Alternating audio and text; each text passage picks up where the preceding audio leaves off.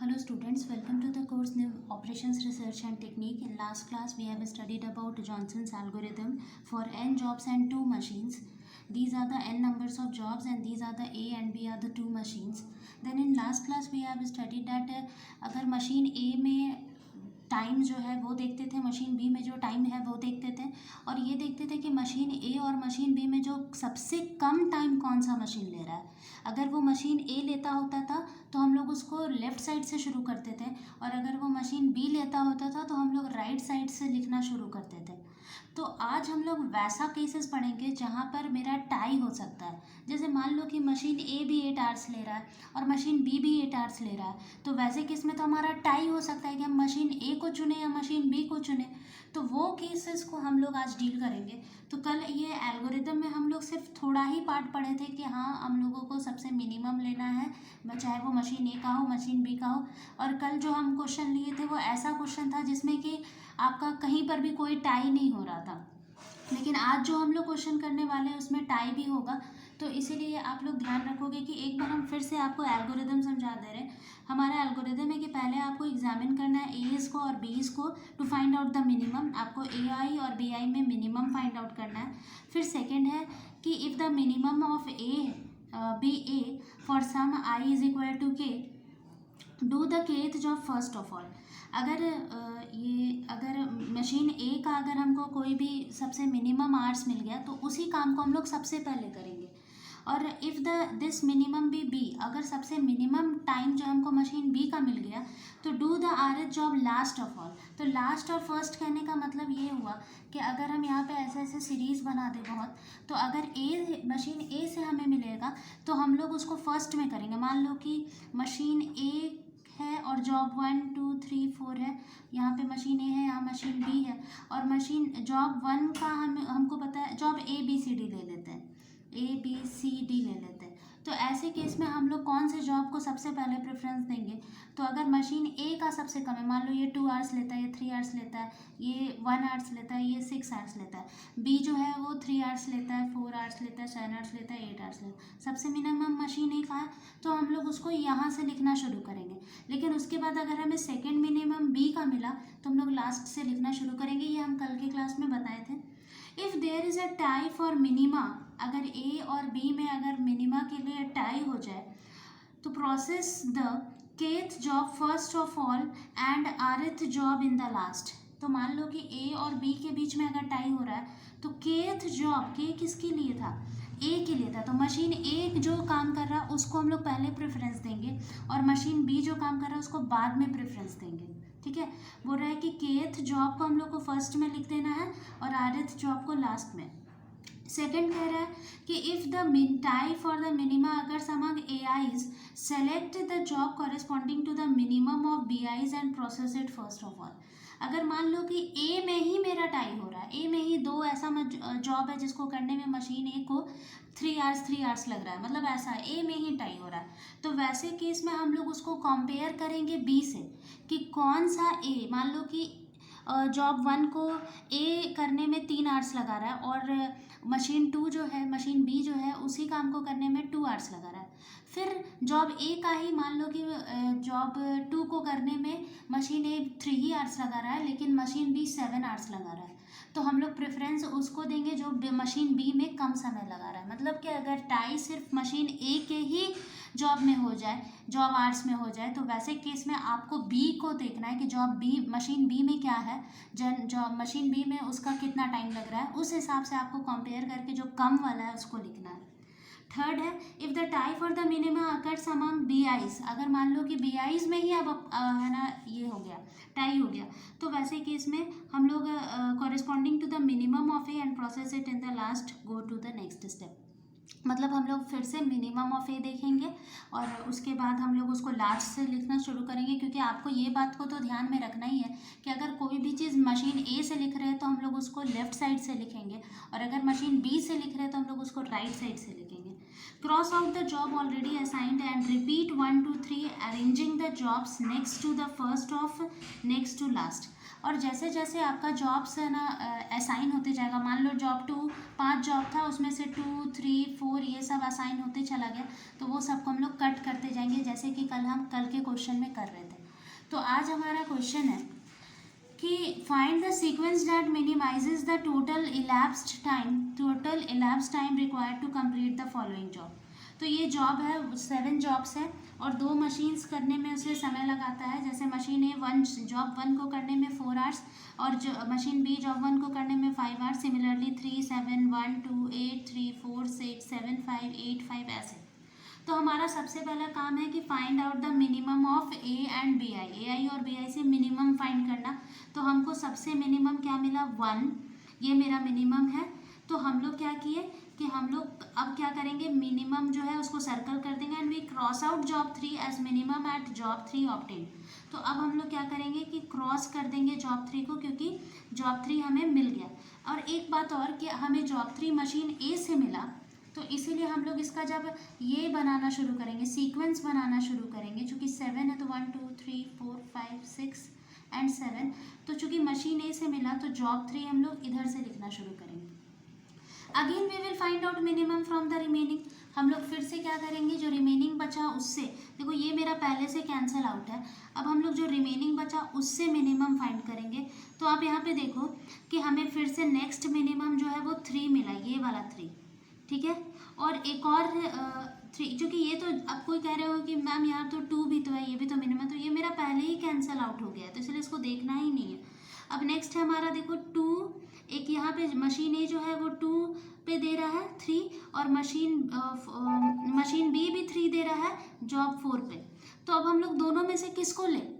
तो ऐसा केस में जैसे हम पहले ही भी बताए थे कि हम लोग जॉब सबसे पहले प्रेफरेंस हम लोग इसको देंगे, मशीन ए वाले को, और उसके बाद हम लोग पीछे से शुरू करेंगे मशीन बी का लिखने का।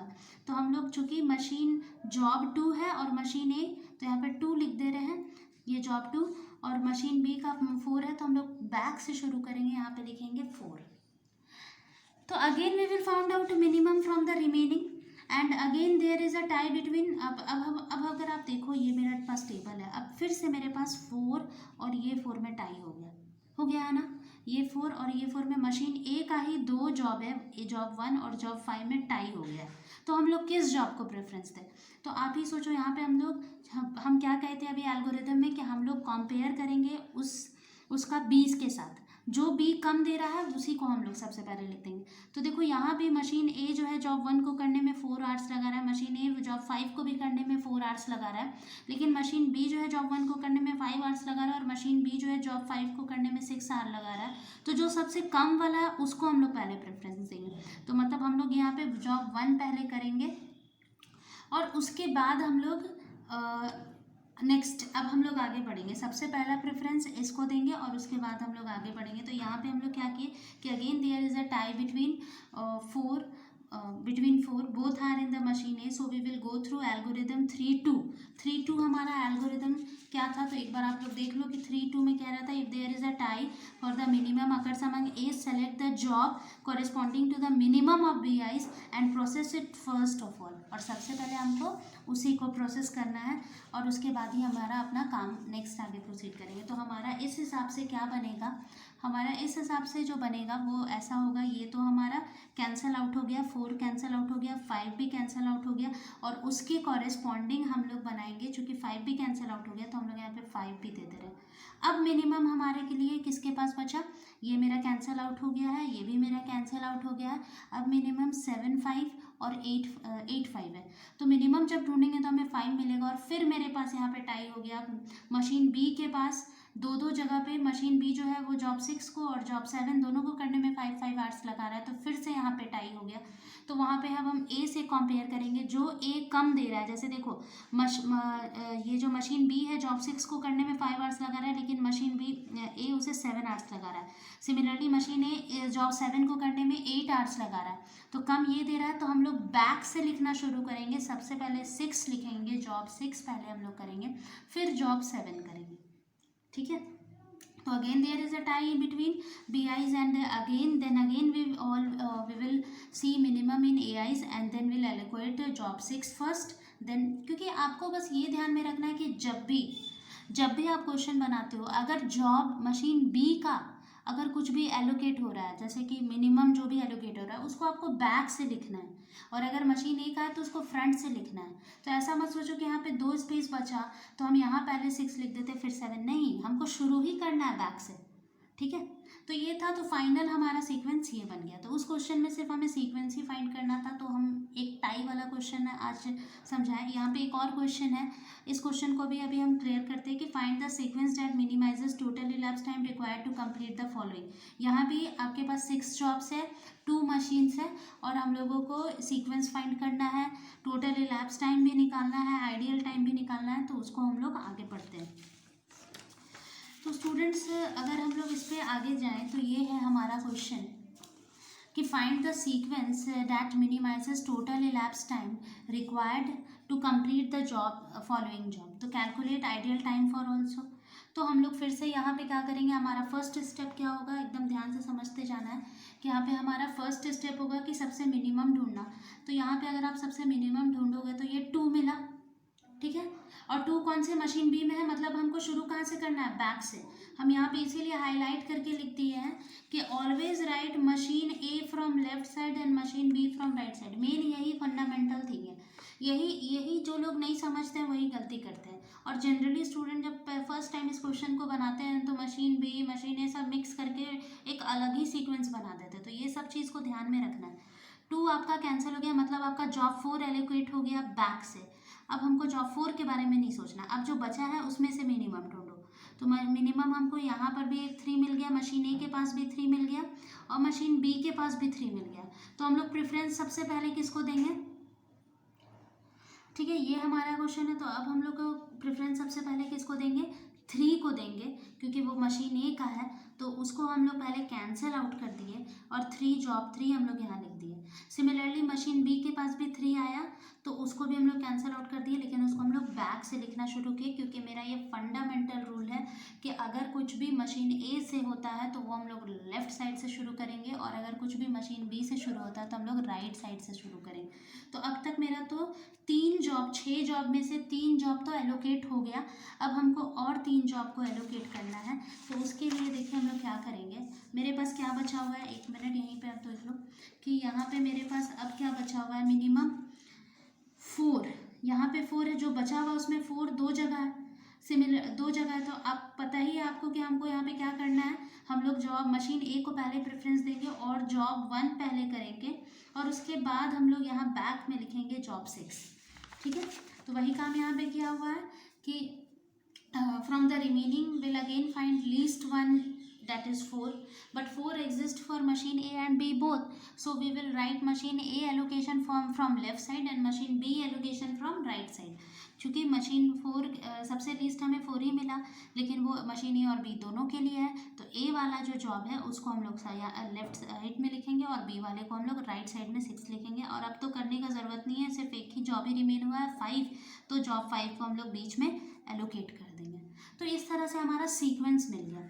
अब सीक्वेंस मिल जाने के बाद हम लोगों को अगर total elapse time, total ideal time निकालना है, तो कल के भी क्वेश्चन में कराए थे कि हम लोग को टाइम इन टाइम आउट निकालना है। जब तक एक काम ख़त्म नहीं होगा तब तक आप दूसरा काम कर नहीं सकते हो, उतना देर आपको मशीन को रोकना ही पड़ेगा, क्योंकि पहले ही कुछ कंडीशंस ऑलरेडी गिवन है कि जब तक फर्स्ट काम मेरा कंप्लीट नहीं होता है तब तक हम दूसरा काम नहीं कर सकते। तो सबसे पहले तो हमें सजाना है 3 1 5 6 2 4, इस तरह से हमें सजाना है। उसके बाद देखो जॉब 3 को, यहाँ पे तो हमारे पास है ये जॉब 3 को मशीन ए जो है वो 3 आवर्स लेता है, तो टाइम इन 0 और टाइम आउट 3 घंटे के बाद निकलेगा। अब जैसे ही 3 घंटा कंप्लीट हो जाएगा इसका तो मशीन बी में जाएगा, मशीन बी में वो 7 घंटा लगाता है, तो उससे 3 + 7 10 हो जाएगा। तब तक जैसे ही ये 3 आवर्स होगा तो ये तो मशीन बी के पास चला जाएगा, तब तक मशीन ए में कौन आ जाएगा, जॉब 1 आ जाएगा। जॉब 1 मशीन ए में 4 घंटे लेता है, तो 3 से 7 हो गया। अब उसको मशीन बी में जाना है, लेकिन 10 आवर्स तक तो मशीन बी जो है वो जॉब 3 को ही लेकर बिजी है, तो इसीलिए ये 3 घंटे तक यहाँ पे रुका रहेगा। और जैसे ही 3 घंटे कंप्लीट हो जाएगा, 10 हो जाएगा, तब ये क्या हो जाएगा, जॉब 1 को करने में 6 आवर्स लगता है, तो 10 + 6 16 हो जाएगा। सिमिलरली नेक्स्ट, अब जैसे ही वो 7 आवर्स 7 होने के बाद रुका रहेगा, 7 के बाद, उसके बाद कौन आ जाएगा, जॉब 5 आ जाएगा। वो तो कंप्लीट हो गया जॉब। मशीन ए तो खाली हो गया, 7 आवर्स के बाद मशीन ए खाली हो गया। लेकिन ये जो जॉब है वो 10 आवर्स के, जब तक ये 10 नहीं होगा तब तक, लेकिन ये खाली होने के बाद 7 में खाली होने के बावजूद भी ये यहाँ पे 7th में ही नहीं पहुँच पाया, क्योंकि ये वाला काम जो पहले वाला जो जॉब था हमारा 3, वो पहले से कंप्लीट नहीं था। तो इसीलिए हम लोग 7 के बाद 5 को भेज दिए। तो 5 तो 7 घंटे लगा रहा है, तो 7 + 7 14 आवर्स हो गया। लेकिन यही तो 16 आवर्स में कंप्लीट होगा, तो इसको फिर से यहाँ पे 2 घंटा रुकना पड़ गया। सिमिलरली 16 आवर्स में अगर ये ख़त्म होगा तो जॉब 5 को मशीन बी कितना समय ले रहा है, 8 आवर्स, तो 16 + 8 24 हो जाएगा। अब उसके बाद फिर ये तो 14 में ही ख़त्म हो गया, तो जॉब 6 यहाँ पे इंटर कर जाएगा। जॉब 6 जो है वो 5 आवर्स लेता है, तो 14 + 5 19 हो जाएगा। लेकिन ये तो 24 में कंप्लीट हो रहा है ना, तो इसको तब तक 5 आवर्स के लिए रुकना पड़ेगा। जैसे ही 24 हो जाएगा तो फिर ये क्या हो जाएगा, जॉब 6 को होने में 4 आवर्स लगता है, तो 24 + 4 28 हो जाएगा। सिमिलरली जॉब 2 के लिए हम लोग करेंगे, जॉब 4 के लिए करेंगे कि है ना, देखो ये तो 19 आवर्स में कंप्लीट हो गया, तो 19 में जॉब 2 जो है वो 8 आवर्स लेता है, तो 19 + 8 27 हो जाएगा। फिर उसके बाद ये तो 28 में कंप्लीट हो रहा है, तो इसको 1 घंटे के लिए यहाँ पे रुकना पड़ेगा। फिर जॉब 2 3 आवर्स लेता है मशीन बी में, तो 28 + 3 31 हो जाएगा। फिर 4 के लिए भी वही चीज़ है कि ये तो 27 में कंप्लीट हो गया, 27 + 33 क्यों हुआ, क्योंकि ये जो जॉब 4 है वो 6 आवर्स लेता है, तो 27 + 6 33 हो गया। और ये जो मशीन बी था वो तो मेरा 31वें आवर में ही फ्री हो गया था, इसीलिए इसको यहाँ पे 2 घंटा वेट करना पड़ा मशीन बी को, तब ये 33 आवर्स कंप्लीट करके अपना यहाँ आया, 2 आवर्स यहाँ पे किया। तो टोटल हमारा ये जो लास्ट में जो टाइम आता है, टोटल टाइम यही होता है, टोटल इलैप्स टाइम। अब मशीन ए का मशीन बी का नहीं हम लोग इंडिविजुअली निकाल रहे हैं। इंडिविजुअली अगर निकालना तो मशीन ए तो 33 ही आवर्स में क्या हुआ था, उसका काम ख़त्म हो गया था। लेकिन अगर मेरा पूरा काम को अगर हम देखें कि मेरा पूरा काम कितने देर में ख़त्म होता है, तो मेरा पूरा काम 35 आवर्स में ख़त्म हो गया, और इसी को हम लोग इलैप्स्ड टाइम कहते हैं। तो अगर हम लोगों को इसमें ये भी निकालना हो कि आइडियल टाइम फॉर मशीन ए, तो मशीन ए के लिए तो आइडियल टाइम कुछ था ही नहीं। मशीन ए तो हमारा सिर्फ 0 से 3, 3 से 7, 7 से 14, 14 से 19, 19 से 27, 27 से 33, लेकिन काम पूरा 35 में ख़त्म हुआ। तो बस यही दोनों के गैप को ही हम लोग क्या कहेंगे, आइडियल टाइम फॉर मशीन ए। बस मशीन ए को 2 घंटा ही रुकना पड़ा, वो भी लास्ट में। लेकिन मशीन बी का किया जाए तो मशीन बी बहुत बार रुका है। अगर मशीन बी का हम टोटल कैलकुलेट करें तो देखो, सबसे पहले मशीन बी तो यहीं पे 3 आवर्स रुक गया। ठीक है, मशीन बी का अगर हम आइडियल टाइम कैलकुलेट करेंगे तो मशीन बी का आइडियल टाइम ज़्यादा होगा एज़ कंपैरिजन टू मशीन ए। तो मशीन बी जो है वो तो 3 आवर्स पहले ही रुका, तो उसका तो यहाँ पे ही 3 हो गया, प्लस 10 to 10, फिर 16 to 16, 24 to 24, 28 to 28, 31 से लेकर 33, मतलब यहाँ पे उसे और 2 घंटा रुकना पड़ा। तो इस तरह से ये 5 हो गया टोटल। ठीक है, ये हमारा 5 आवर्स हो गया। तो ऐसे ये भी एक तरीका है निकालने का, और एक और तरीका है कि आप क्या कर दो कि अगर मशीन बी का आइडियल टाइम निकालना है तो ये सारा टाइम को जोड़ दो। जैसे कि 6 + 3 9 हो गया, 9 + 7 हो गया आपका 16, 16 + 2 18, 18 + 12 30। तो आप है ना, जो इलैप्स टाइम है उसमें से अगर ये वाला टाइम को जो हम अभी सम अप करके लाए, यहाँ पर जो ऐड करके लाए, उसको अगर आप उसका माइनस कर दोगे तो भी आपको पता चल जाएगा कि उसका आइडियल टाइम क्या है। ऐसे अगर आप चाहो तो इस टेबल से भी हम लोग इसको निकाल सकते हैं, जैसे अभी हम बताएं कि यहाँ पे 3 आवर्स रुका, यहाँ पे 2 आवर्स रुका, ऐसे भी निकाल सकते हैं। लेकिन हाँ, अगर आप चाहते हो कि नहीं हम डायरेक्ट निकालना चाहते हैं, तो वो 35 जो आपका टोटल इलैप्स टाइम आया, उसमें से ही आप सिंपल क्या कर दो, ये जो सम ऑफ आवर्स है मशीन बी का उसको माइनस कर दो, तो आपका आइडियल टाइम फॉर 5 आवर ये आ जाएगा machine B, that is 5 hours. और अगर हमसे पूछा कि ideal time for the whole system, तो हम लोग मतलब पूरा सिस्टम मेरा कितना देर तक रुका रहा, तो वैसे में ideal time for machine A plus ideal time for machine B मतलब 7 आवर्स। मतलब इतना दिमाग लगाने के बावजूद भी हमारा पूरा मशीन जो है वो 7 घंटे के लिए रुका ही रह गया। 7 घंटे हम लोग मशीन का यूटिलाइज नहीं कर पाए।